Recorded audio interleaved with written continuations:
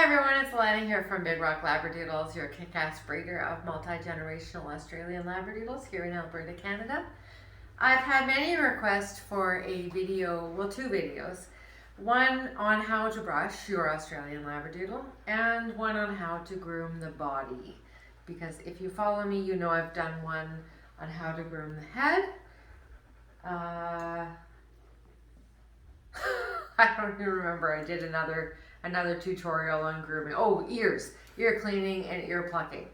So yes, I've had lots of you ask to do a video on how to properly brush and how to groom your Australian Labradoodle body. So today we're going to go ahead and show you some important stuff about brushing your Australian Labradoodle. So here we have Hera, which we've had on the table before. When you're going to take your dog to the groomer, it's important to know this. Here I have a steel comb. Your comb doesn't have to look like this. You can have a handle, whatever. This is my favorite comb. I get it from Ren's Pet Depot in Toronto. I just like to be able to hold it this way and use it as opposed to a handle. I like, you know, the distance in the combs and the amount of combs that are on it.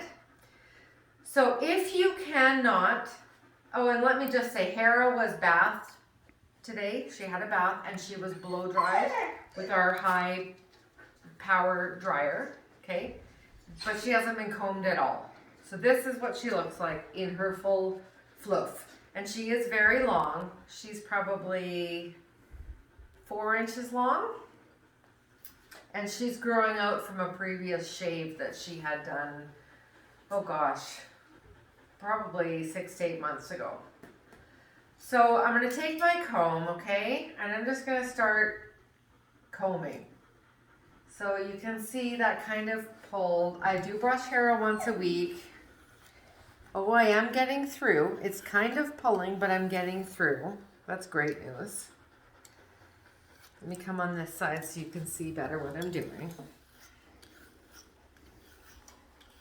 The number one rule of thumb, if you're going to take your dog to the groomer and you don't want to pay for dematting, if you cannot go through really easily with your steel comb through your dog's coat, just like that, without catching on anything, I'm kind of catching, but not bad. By the time I brush her, I probably won't. So if you can't go through just like that without catching on anything, your groomer is going to charge you for dematting. Okay? That's your first rule of thumb. Also, if you're home grooming, which once I give you the grooming video, hopefully you'll feel more confident in doing, if you can't go through like this, you know, with the comb and not get stuck as well, you're not going to be able to go through with your clipper attachments. You'll be able to go through with a blade, but if you just have a 10 or 30 blade, that means you're shaving your dog. If you have a 30 blade and the wall clip-on metal combs, if you can't go through with your comb, you're not going to be able to go through with those clip-on combs. So that's another really important thing to know. Another thing I really want to show you is this is the brush that we recommend, the Chris Christensen Big K Slicker brush. It's a long pin brush. Let me get some of this hair out of here. So it's got long pins. It's angled at the end here so that it doesn't poke the dog as much. And this is considered a sparse pin brush. But this is what you need for an Australian Labradoodle. At least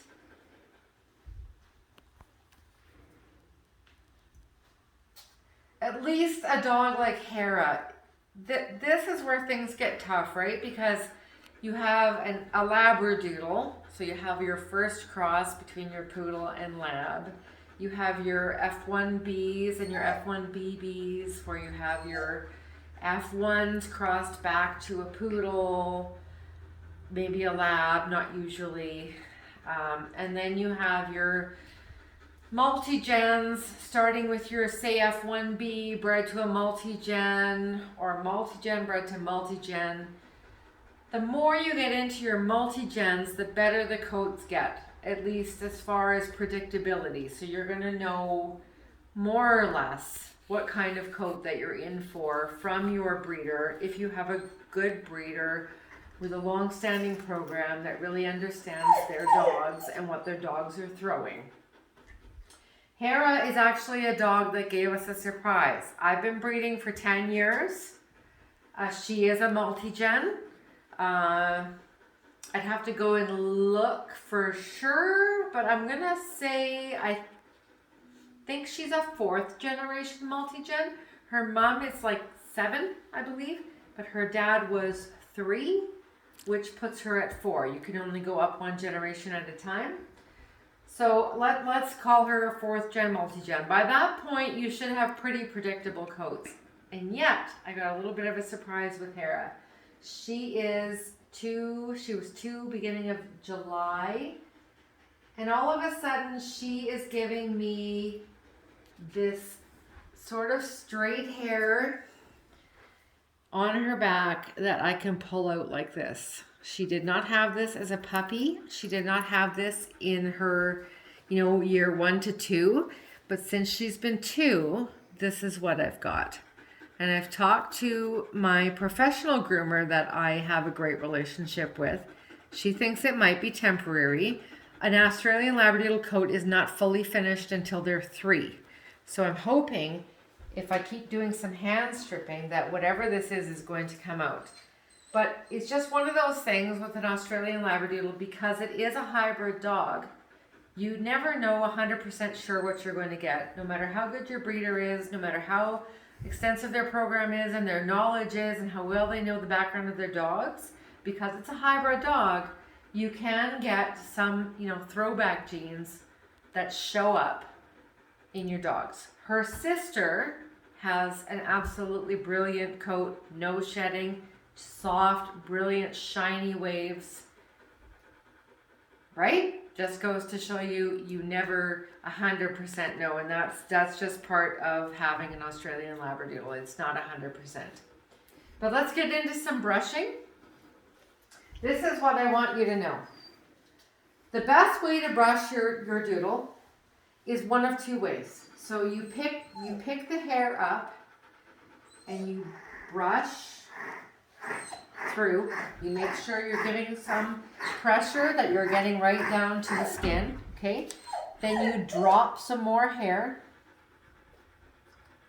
And now you brush that hair. And you continue on this way, dropping more hair. And you move your way through your dog like that, okay? Let's see how I did. There's still some snagging there. But it's not bad. I can actually pull through that. If I had done that and I could not pull through that, your next step is to take a dematting blade. This is my favorite. This is made by Wall, and I buy it at Walmart of all things. But this is my favorite dematting blade because it's short in here, and these are all razor blades. I have cut myself on these more times than I can tell you. They're very, very sharp. So you would hold back the dog's coat, kind of pinch their skin, pretend it's your daughter, and you're trying not to pull her on her scalp too much. You go to the base of the skin and you gently comb outward. Okay? Sometimes if it's not bad, I'm just going to kind of go through. So these razor blades, look what I got there. These razor blades are cutting through any mats, and look you can see the mats, you can see them. The little clumps that are in there, these are really fine little mats that are going to prevent your groomer from being able to just whip through with their grooming combs, their guard combs, to shorten your dog. This right here is the issue. So once I've gone through and I've used my dematting blade,